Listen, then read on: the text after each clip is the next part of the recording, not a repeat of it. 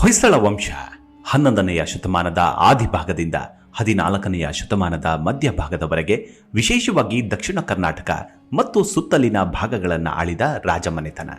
ಈ ವಂಶದ ಅರಸರ ರಾಜಧಾನಿ ಮೊದಲು ಶಶಕಪುರ ಅಥವಾ ಸೊಸೆವೂರು ಅಂದ್ರೆ ಚಿಕ್ಕಮಗಳೂರು ಜಿಲ್ಲೆ ಮೂಡಗೆರೆ ತಾಲೂಕಿನ ಅಂಗಡಿ, ಆನಂತರ ಬೇಲೂರು ಮತ್ತು ದೋರಸಮುದ್ರ ಅಂದ್ರೆ ಹಾಸನ ಜಿಲ್ಲೆ. ಮಲೆನಾಡಿನ ಒಂದು ಚಿಕ್ಕ ಪಾಳೆಯ ಪಟ್ಟವಾಗಿ ಆರಂಭವಾಗಿ ತತ್ಕಾಲೀನ ಅಸ್ತವ್ಯಸ್ತ ರಾಜಕೀಯ ಪರಿಸ್ಥಿತಿಯ ಲಾಭವನ್ನು ಪಡೆದು ಮೊದಲು ಕಲ್ಯಾಣ ಚಾಲುಕ್ಯರ ಸಾಮಂತರಾಗಿ ನೆಲೆಗೊಂಡು ಮುಂದೆ ಶೌರ್ಯ ಹಾಗೂ ಸಾಮರ್ಥ್ಯದಿಂದ ರಾಜ್ಯ ವಿಸ್ತಾರವನ್ನು ಮಾಡಿ ಸ್ವತಂತ್ರರಾಗಿ ಸುಸಂದರ್ಭದಲ್ಲಿ ತಮ್ಮ ಪ್ರಭಾವವನ್ನು ತಮಿಳುನಾಡಿನವರೆಗೂ ವಿಸ್ತರಿಸಿ ನಾಡಿನ ಆರ್ಥಿಕ ಸಾಂಸ್ಕೃತಿಕ ರಂಗದಲ್ಲಿ ಉನ್ನತ ಸಾಧನೆಗಳಿಗೆ ಪ್ರೋತ್ಸಾಹ ನೀಡಿ ಸುಮಾರು 3 ಶತಮಾನಗಳಿಗೂ ಹೆಚ್ಚು ಕಾಲ ವೈಭವೋಪೇತವಾಗಿ ಮೆರೆದ ಈ ರಾಜವಂಶದ ಇತಿಹಾಸ ಕರ್ನಾಟಕದ ಇತಿಹಾಸದ ಒಂದು ಮುಖ್ಯ ಅಧ್ಯಾಯ. ಮಂಡಲ ಮಧ್ಯದಲ್ಲಿ ಮೆರೆವ ಕನ್ನಡ ದೇಶದಲ್ಲಿ ಒಳಗೋ ಕಹಳೆ ದನಿಕೇಳಿ ಬೆಚ್ಚೋ ಗಗನ, ಕಪಟ ಇಲ್ಲದ ಊರಿನಲ್ಲಿ ಕರುಣೆ ತುಂಬಿದ ನಾಡಿನಲ್ಲಿ ದಿನವೂ ಕ್ಷಣವೂ ರಣಕಲಿಗಳಿಲ್ಲಿ ಜನನ. ಕನ್ನಡದಲ್ಲಿ ಉಸಿರಾಡುವುದೆಂದರೆ ಕನ್ನಡ ಉಳಿದು ಬೇರೇನಿದೆ. ತಿರುಗೋ ಭೂಮಿಗೆ ಗೊತ್ತು ಕನ್ನಡಕ್ಕಿರುವ ಕತ್ತು, ತಿರುಗೋ ಭೂಮಿಗೆ ಗೊತ್ತು ಕನ್ನಡಕ್ಕಿರುವ ಕತ್ತು. ಕ್ರಾಂತಿಗೆ ತಿಲಕವನಿಟ್ಟ ನಾಡು ನನ್ನದು, ತಾಯಿಯ ಕೂಗಿಗೆ ಬಂದನು ಇಲ್ಲಿಗೆ. ಧರಣಿ ಮಂಡಲ ಮಧ್ಯದಲ್ಲಿ ಮೆರೆವ ಕನ್ನಡ ದೇಶದಲ್ಲಿ ಒಳಗೋ ಕಹಳೆ ದನಿಕೇಳಿ ಬೆಚ್ಚೋ ಗಗನ, ಕಪಟ ಇಲ್ಲದ ಊರಿನಲ್ಲಿ ಕರುಣೆ ತುಂಬಿದ ನಾಡಿನಲ್ಲಿ ದಿನವೂ ಕ್ಷಣವೂ ರಣಕಲಿಗಳಿಲ್ಲಿ ಜನನ.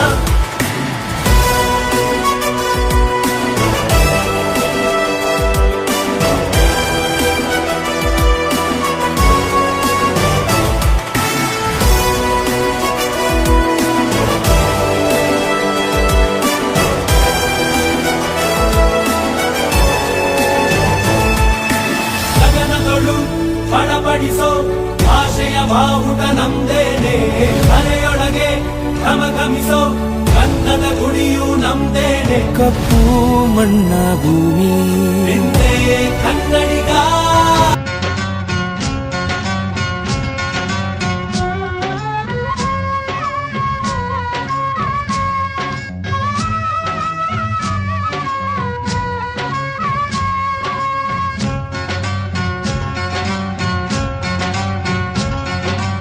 ಕನ್ನಡ ನಾಡಿನ ರನ್ನದರತು ನಾ ಕೇಳೋ ಕಥೆಯನ್ನ, ನಾ ಹೇಳೋ ಕಥೆಯನ್ನ, ಹೆಮ್ಮೆಯ ಪಡೆದ ಹೊಯ್ಸಳ ವಂಶ ಹುಟ್ಟಿದ ಕಥೆಯನ್ನ, ನಾಡನು ಕಟ್ಟಿದ ಕಥೆಯನ್ನ.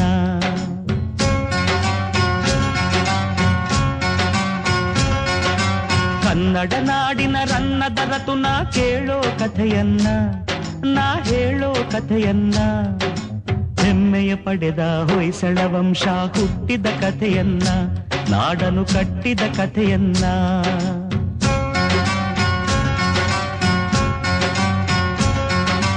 ಒಂದಾನೊಂದು ಕಾಲದಲ್ಲಿ ಮಲೆನಾಡಿನ ಮಡಿಲಿನಲ್ಲಿ ಅಂಗಡಿ ಊರಿತ್ತು, ಊರಿಗೆ ಚೆಲುವಿನ ಕಳೆಯಿತ್ತು. ಬೆಟ್ಟ ಗುಡ್ಡ ಸಾಲಿನಲ್ಲಿ ಹಸಿರಾಗಿರುವ ಬೀಡಿನಲ್ಲಿ ಮನಸಿರಿ ಮೆರೆದಿತ್ತು, ಅಲ್ಲಿ ಶಾಂತಿಯು ನೆಲೆಸಿತ್ತು. ಪ್ರಕೃತಿಯೇ ಹೆಣ್ಣಾಗಿ ಮನುಜಗೆ ಕಣ್ಣಾಗಿ,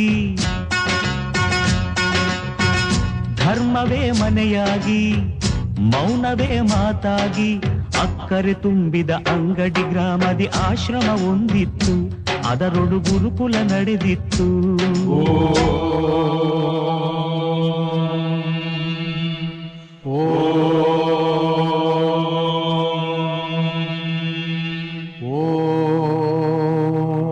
ಬ್ರಹ್ಮಾನಂದ ಓಂಕಾರ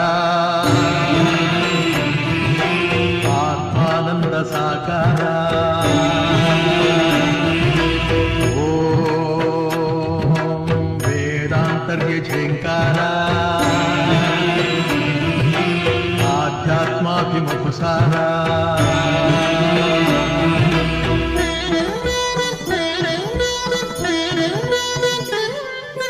ಹೇ ದಿನಕರ ಸುಖಕರ ಧರೆಗೆ ಬಾ ಈ ಧರಣಿಯ ದೇಗುಲ ಬೆಳಗು ಬಾ ನೀಗಿಸು ಬಾಳಿನ ಅಹಂ ಅಹಂ ಅಹಂ ಮಾನಸ ಮಂದಿರ ತುಂಬು ಓಂಕಾರನಾದವೋ ಬ್ರಹ್ಮಾನಂದ ಓಂಕಾರ ಆತ್ಮಾನಂದ ಸಾಕಾರ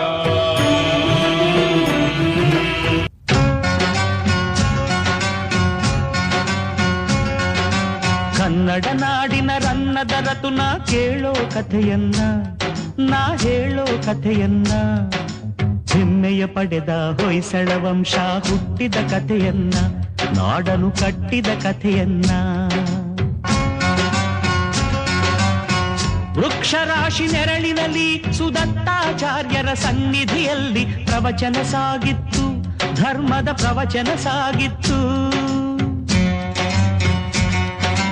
ವಾಸಂತಿಕೆಯ ದೇಗುಲದಲ್ಲಿ ಶ್ರದ್ಧೆ ಭಕ್ತಿ ಸಂಗಮದಲ್ಲಿ ಪೂಜೆಯು ನಡೆದಿತ್ತು, ಸಳನ ಪೂಜೆಯು ನಡೆದಿತ್ತು.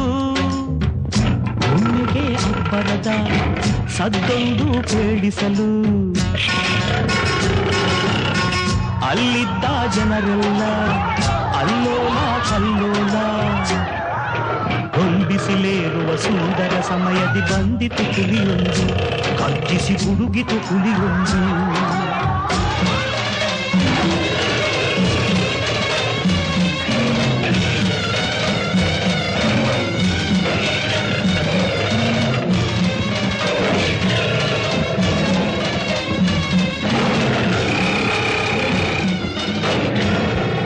ಸುದತ್ತಾಚಾರ್ಯರು ಕಂಚಿನ ಕಂಠದಿ ಸಳನನು ಕೂಗಿ ಕರೆದರು. ಆಗ ಆಜ್ಞೆಯು ಮೊಳಗಿತ್ತು, ಗುರುಗಳ ಆಜ್ಞೆಯೇ ಮೊಳಗಿತ್ತು. ವೀರಾವೇಶದ ಶೌರ್ಯದಲ್ಲಿ ಶಿಷ್ಯನು ಸೆಣಸಿದ ರೋಷದಲ್ಲಿ ಹುಲಿಯದು ಕೆರಳಿತ್ತು, ಹಸಿದಿಹ ಹುಲಿಯದು ಕೆರಳಿತ್ತು.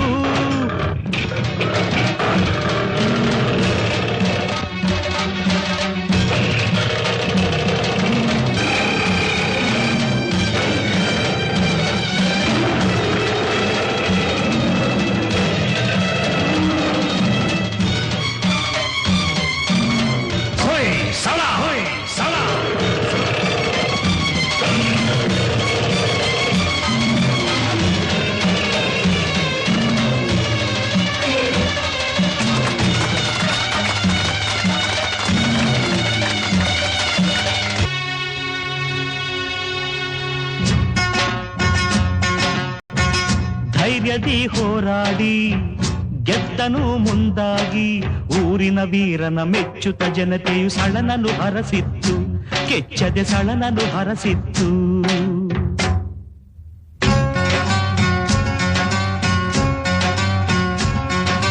ಕನ್ನಡ ನಾಡಿನ ರನ್ನದ ರತುನ ಕೇಳೋ ಕಥೆಯನ್ನ, ನಾ ಹೇಳೋ ಕಥೆಯನ್ನ. ಹೆಮ್ಮೆಯ ಪಡೆದ ಹೊಯ್ಸಳ ವಂಶ ಹುಟ್ಟಿದ ಕಥೆಯನ್ನ, ನಾಡನು ಕಟ್ಟಿದ ಕಥೆಯನ್ನ.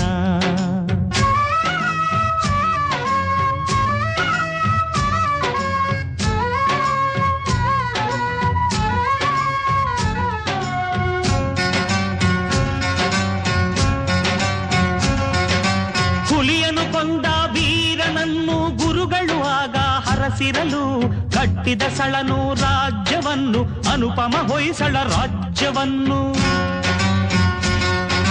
ಹುಲಿಯನು ಕೊಲ್ಲುವ ಲಾಂಛನ ಹಿಡಿದು ಗದ್ದುಗೆ ಏರಿ ಆಳ್ವಿಕೆ ಮೆರೆದು ಚರಿತ್ರೆ ಮೊದಲಾಯ್ತು, ಹೊಯ್ಸಳ ಚರಿತ್ರೆ ಮೊದಲಾಯ್ತು.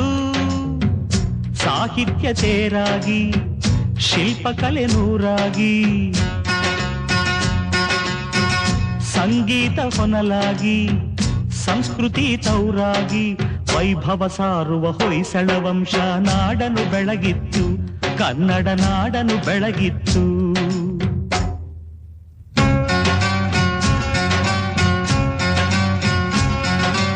ಕನ್ನಡ ನಾಡಿನ ರನ್ನದ ರತುನ ಕೇಳೋ ಕಥೆಯನ್ನ ನಾ ಹೇಳೋ ಕಥೆಯನ್ನ ಜಯ ಪಡೆದ ಹೊಯ್ಸಳ ವಂಶ ಹುಟ್ಟಿದ ಕಥೆಯನ್ನ ನಾಡನು ಕಟ್ಟಿದ ಕಥೆಯನ್ನ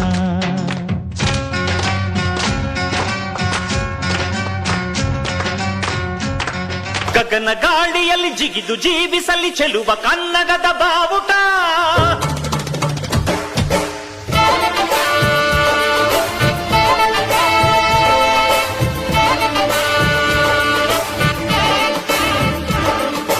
ತಿರುಗು ಭೂಮಿಯಲ್ಲಿ ಮಿನುಗಿ ತೋರಿಸಲಿ ಚೆಲುವ ಕನ್ನಡದ ಭೂಪಟ